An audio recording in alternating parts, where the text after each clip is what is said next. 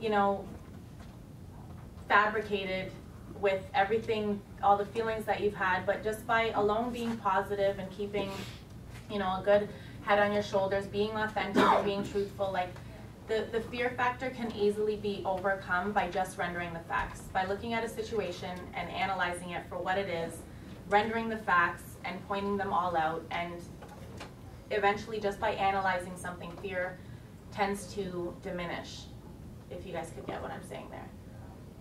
Like if you're able to put something into its proper perspective, then fear just tends to slowly disintegrate. I think we can overcome the fears if we do a couple things like be prepared ourselves before going to the client. That is very key role, because if the customer or client, if we throw any question, we should have a valid answer to that right away. If you say, oh, I don't know, I have to check it later and I'll tell you later, that's going to give a very wrong impression to the client, because he might say that he don't know the things.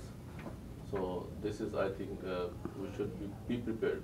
That will remove our fear from, you know, this is one kind of fear, is always there. That, and secondly,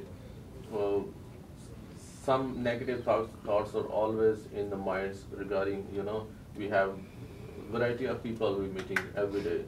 You know, sometimes we mix up the things and then we might have wrong thoughts at that time. That kind of fear, I think we should cover. So organizing yourself. Organizing ourselves. Yeah, for sure. So preparing ourselves before going to the client, that is the most important.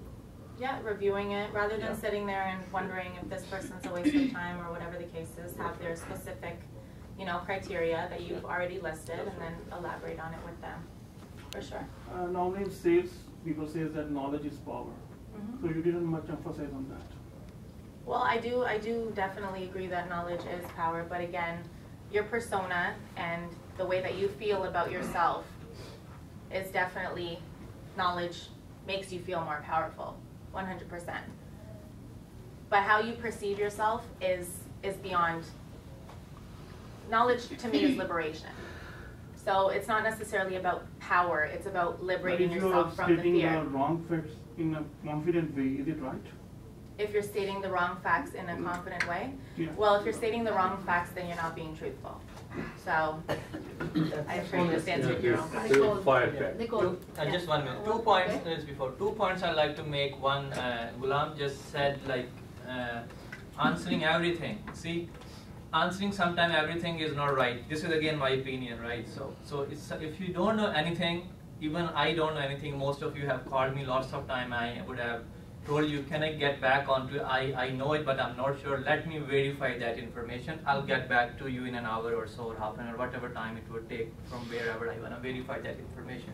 So it never hurts to me, at least in the business or in this, telling people I don't have the right answer right now, but for sure give me, I'm just one phone call away from my mentor, from my manager, from my broker, I'll get back to you verifying that information. So that's my say on that. And on Saka points, knowledge is power. If I was making notes, so that's why I was going through that. She said, establish your own competitiveness. That she said in the very beginning, she mentioned that. So to me, that was not neglected. So when you establishing your own competence, it covers each and every point of that. So you getting knowledge about the market, you getting knowledge about the what's happening overall in the economy. So that's where I think where your competency comes in. So you're already covering all that part. So yes, knowledge is the key. Again, we don't know everything. We just research, we gather the information, and we provide it to the client to educate them. If anywhere we have some gap, we can always get back to them. So that's my. Yeah, I have a question. It's not a question, it's answer and question both.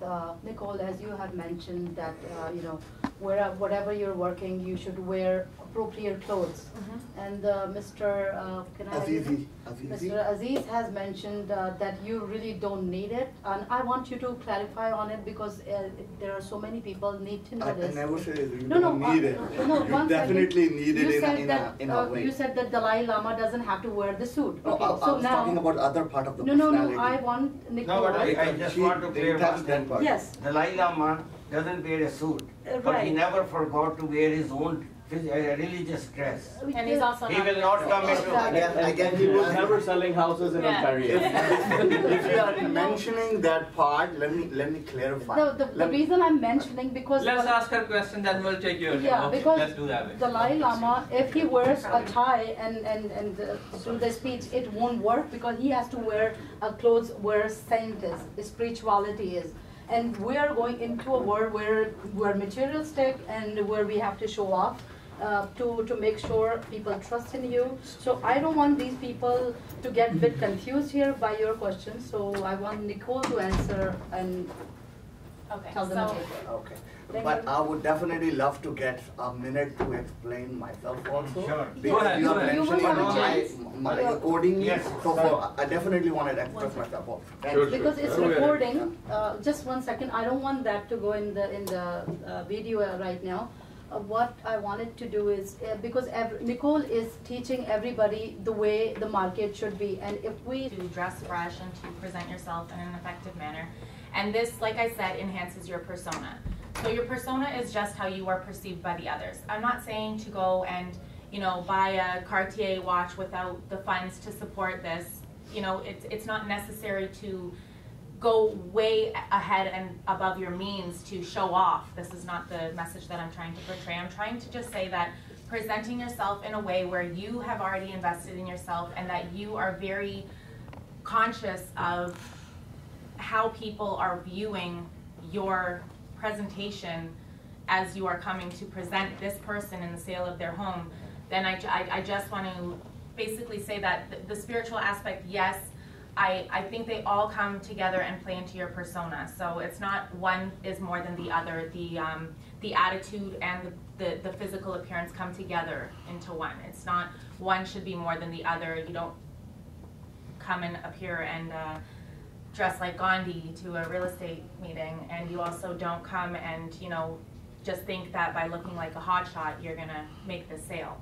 They come together, so you have to combine the two. Pretty much answer my concern pretty much. And if you see me, I'm not wearing like a Dalai Lama today or not wearing like a Gandhi.